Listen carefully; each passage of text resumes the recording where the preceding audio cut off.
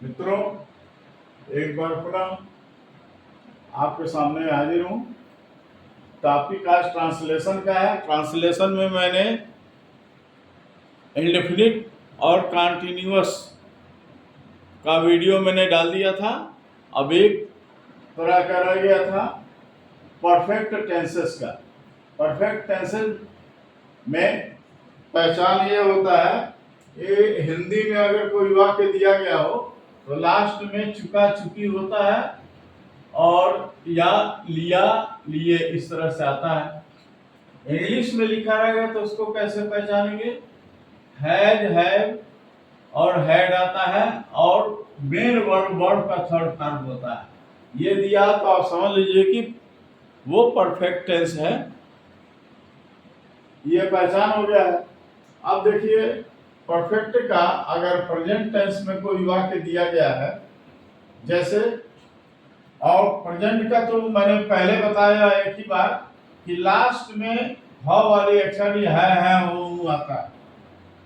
Past tense में था थी थे आता है और फ्यूचर में लास्ट में गागी होता है। अब यहाँ ये एक सेंटेंस है, वह जा चुका है। लास्ट में देखिए है ये प्रेजेंट का द्योतक है और चुका ये परफेक्ट है, तो प्रेजेंट परफेक्ट है। इसका नियम क्या होता है? अनुवाद का नियम ये यहाँ लिखा है, सब्जेक्ट प्लस हैज या है। सब्जेक्ट के अनुसार हैज लगेगा कि हैव लगेगा, इसको देखना है, उसको लिखकर उसके बाद से वर्ब का थर्ड फॉर्म। मैंने पहले ही बता दिया है कि इंग्लिश में पहचान क्या है, वर्ब का थर्ड फॉर्म होता है। हैज हैव का कोई एक होगा और वर्ब का थर्ड फॉर्म, यही है, तो ध्यान में रखना है। और इसके लिए आपको वर्ब का थर्ड फॉर्म सेकंड फॉर्म भी याद करना पड़ेगा। तो अब यहाँ पहला वह जा चुका है, इसका होगा वह सब्जेक्ट है, ये हो जाएगा ही, और ही के बाद हैज या हैव में से हेल्पिंग वर्ब में से कोई एक। हमेशा ध्यान रखिए, सब्जेक्ट के बाद से वर्ब आएगा। अगर वर्ब में हेल्पिंग वर्ब है, मेन वर्ब है, तो उसके तत्काल बाद हेल्पिंग वर्ब आएगा और उसके बाद से मेन वर्ब आएगा। तो इसका परफेक्ट का प्रेजेंट का हेल्पिंग वर्ब हैज और हैव होता है। प्रेजेंट का हेल्पिंग वर्ब हैज और हैव होता है। हैज एक वचन के लिए, हैव बहुवचन के लिए होता है। तो ही है तो ये एक वचन है, यहाँ हो जाएगा हैज, और काम है जाने का। जाने का काम है तो जाने का अंग्रेजी गो होता है और गो का थर्ड फॉर्म गॉन होता है।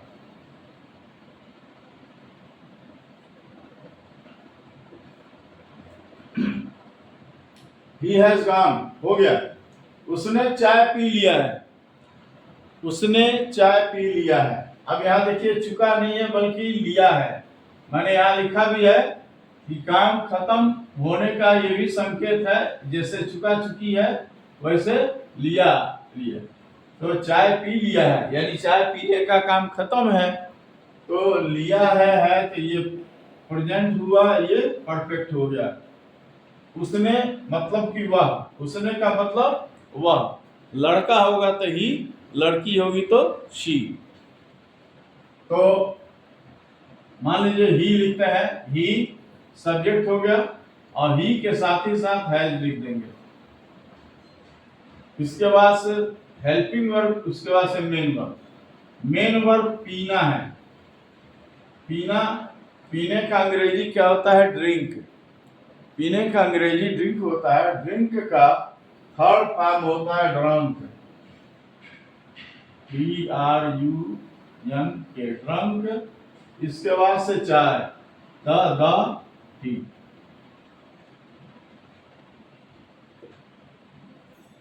समझ में आया? क्लियर है? सब्जेक्ट हैज है में से कोई एक और उसके बाद से वर्ब का थर्ड फॉर्म। अब दूसरा आते हैं पास्ट टेंस वाले में, वही सब्जेक्ट और वही वर्ब लेते हैं। इसमें वह जा चुका है, यहाँ पर पास्ट होगा तो है जो अपना था हो गया, पास्ट परफेक्ट। इसका बनेगा नियम वही, हैड होता है इसमें से, चाहे सब्जेक्ट कोई भी हो, यहाँ पर सिर्फ एक ही है।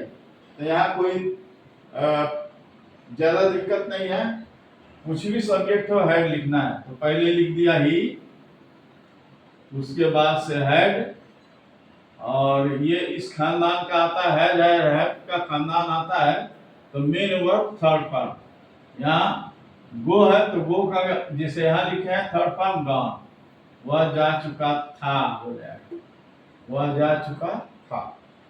उसने पानी पी लिया था, यहाँ पर था उसने पानी पी लिया है, यहाँ है जब पर था है तो पास्ट परफेक्ट, इसमें बनाएंगे ही, और उसके बाद से helping verb had, he had.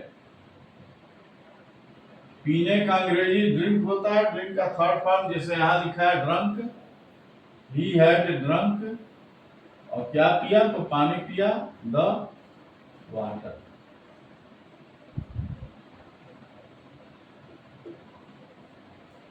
अब फ्यूचर में आइए, फ्यूचर जानते हैं गागी ये होता है, वह जा चुका होगा, तो ये फ्यूचर का, ये परफेक्ट का फ्यूचर परफेक्ट। और फ्यूचर परफेक्ट में फ्यूचर है तो विल और शैल में से कोई एक आएगा जरूर, और विल और शैल में शैल कहाँ लगता है, विल कहाँ लगता है, इसके पहले इसका वर्णन हो चुका है। यहाँ देखिए सब्जेक्ट वह, ही, इसके बाद से फ्यूचर का ट्रेडमार्क आएगा विल, और परफेक्ट का होगा हैव, ही विल हैव। यहाँ ध्यान देंगे, यहाँ ही के बाद हैज लगा था, लेकिन यहाँ हैव लगा, तो हैव क्यों हो गया, हैज क्यों नहीं लिखा गया है, क्योंकि यहाँ विल आया है। और विल और शैल ये मॉडल ऑक्सिलरीज होते हैं, मॉडल सहायक क्रिया होती है, तो मॉडल सहायक क्रिया के बाद से इसका बेस फॉर्म ही आता है, और बेस फॉर्म है हैव, ही विल हैव। इसके बाद से मुख्य क्रिया गो, गो का third form gone, he will have gone, वह जा चुका होगा। तरह अगले का होगा उसने पानी पी लिया होगा, फ्यूचर परफेक्ट, उसने ही है तो विल हैव ही होगा, विल, और ये हैव हो गया परफेक्ट का निशानी। और गॉन पीना का अंग्रेजी ड्रिंक होता है, इसका थर्ड फॉर्म ड्रंक होगा, he will have drunk the water.